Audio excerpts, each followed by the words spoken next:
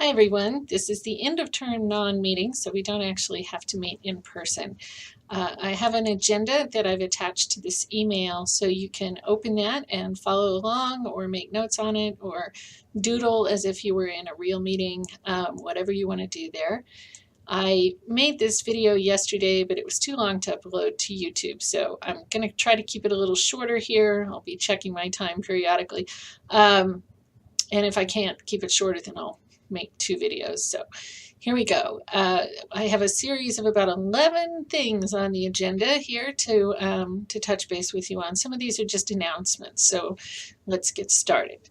The first one is the first 2 actually I already sent you in an email. So if you're intending to work more than 5 hours over the break, please send in an intent to work form.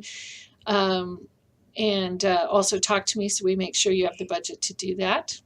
Second item is if you are going to have discipline meetings at the beginning of next term, please let Brenda know. They're not doing a part-timer in the service this year. They don't have the budget for that.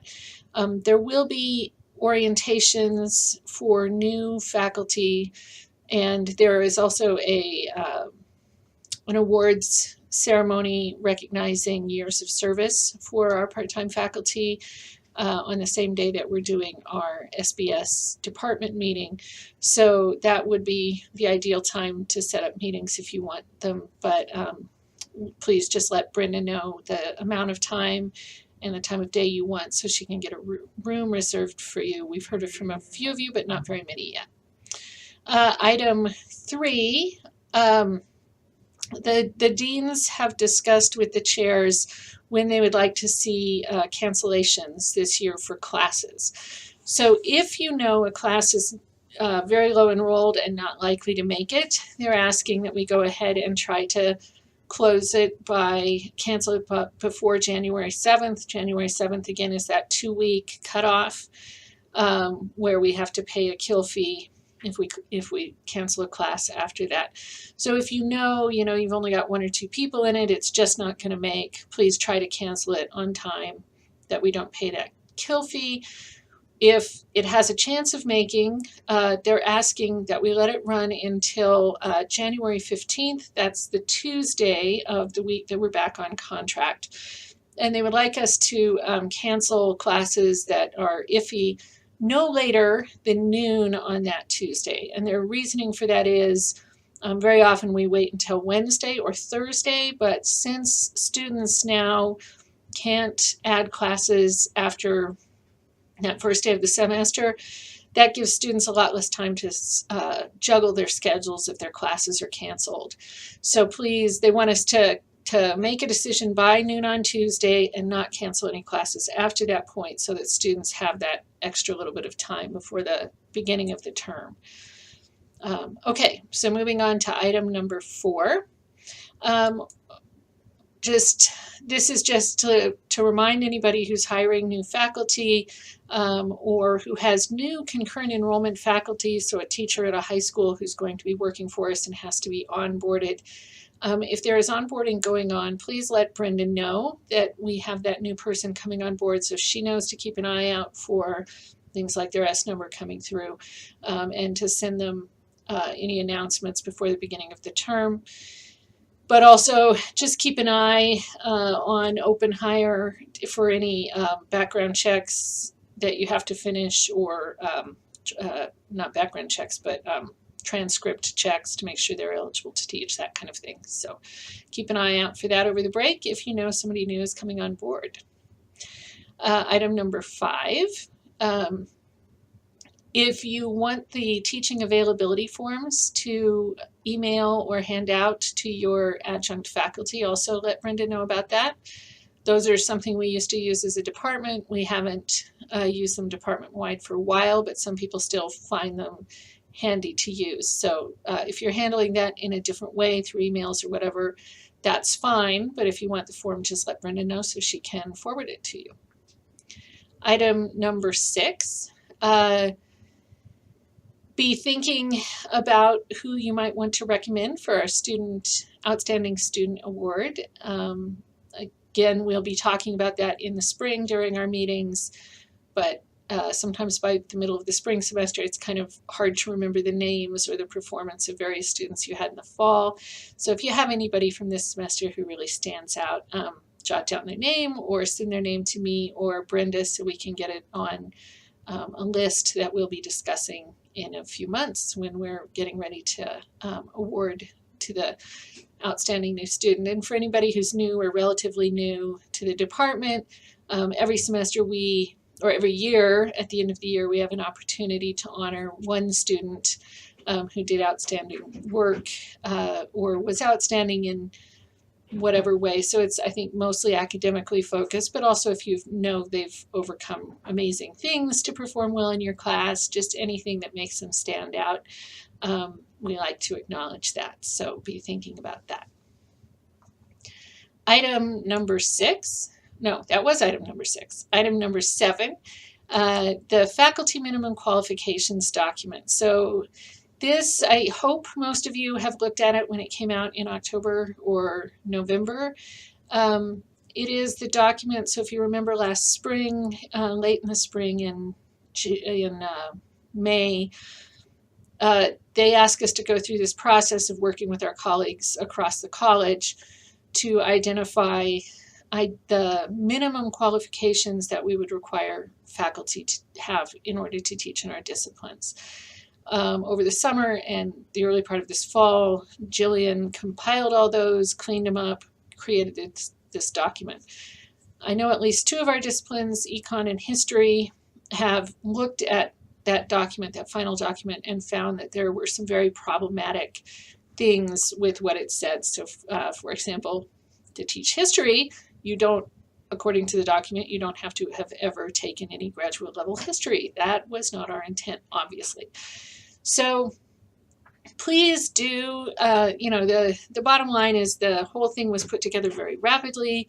It was not vetted or proofread as adequately as it should have been. And so please take some time when you get a chance to do that. The document is called the Faculty Qualifications, and it's on the intranet, so you can just find it by going to the intranet and searching Faculty Qualifications. Please take a look at what it says for your discipline. If you see any problems with it, reach out to let me know, and reach out also to your colleagues across the college to start a conversation. The faculty document doesn't get officially revised for another year, but obviously we don't want to wait a year if the qualifications are just completely out of line. And where this is potentially really going to cause us difficulties is with our concurrent enrollment.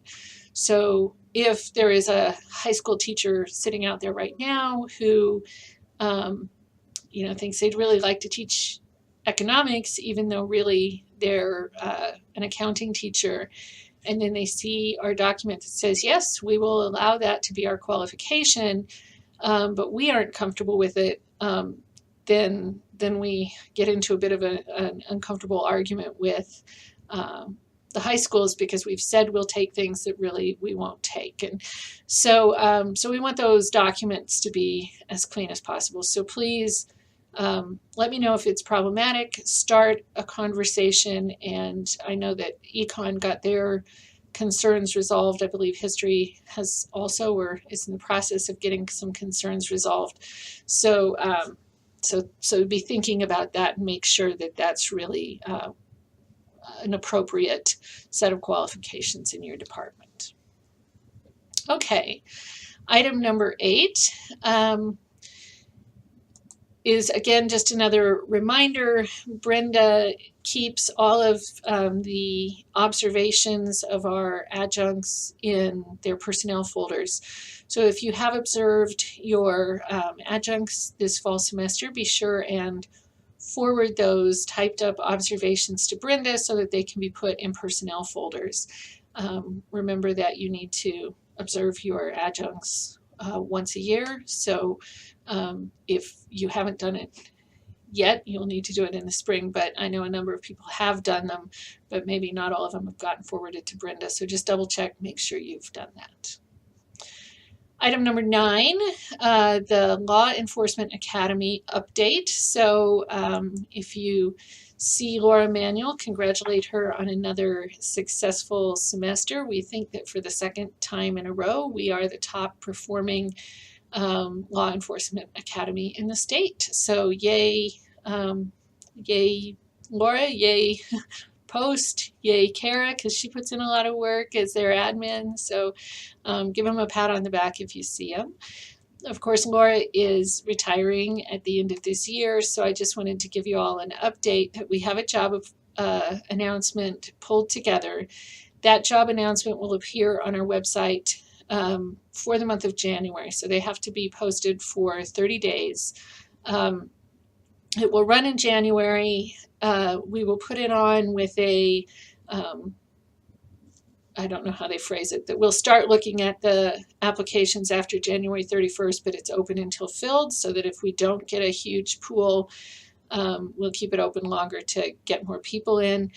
That timing means that we'll be putting together a committee, a hiring committee, probably in early February, and we'll be looking at interviewing people probably by early to mid-March, and hopefully have a decision made by the end of March. So if you're interested in serving on that hiring committee, let me know. Even if you don't let me know, I might be reaching out to some of you to fill some roles, but that's our timeline right now on the LEA directorship.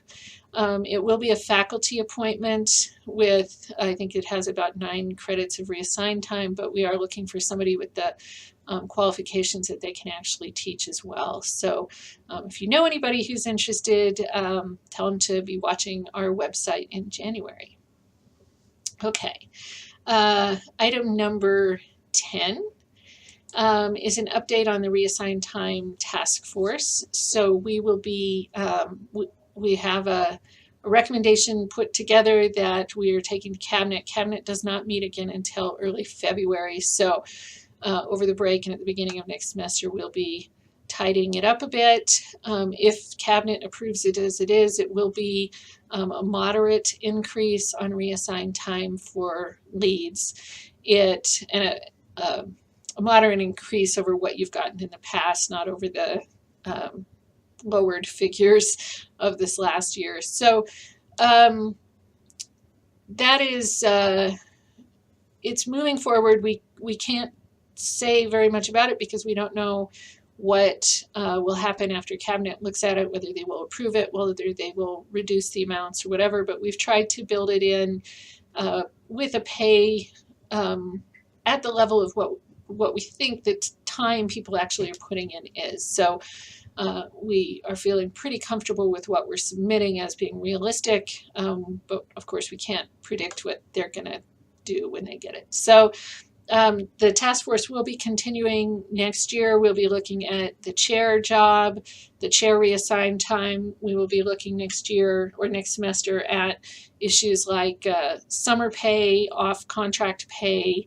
and some of those things as well. So that's what I can tell you now. If you have other questions, feel free to reach out to me or Eric or Matt Stillwell. We're all on the committee and can answer questions. But that's about as much detail as I can give you at this point.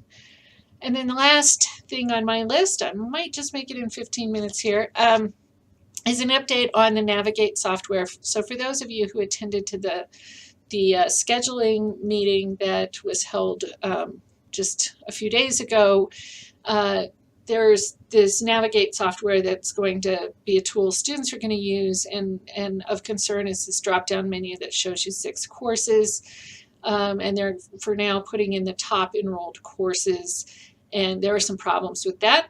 I met with Darcy yesterday morning. I pointed out to her some of the problems that people have brought forward in SBS with listing those courses to just recommend to all of our AA and AS students who don't have a degree but designation. And she was very surprised by some of the concerns. There were clearly things they hadn't thought about, and she became aware of that. So she's meeting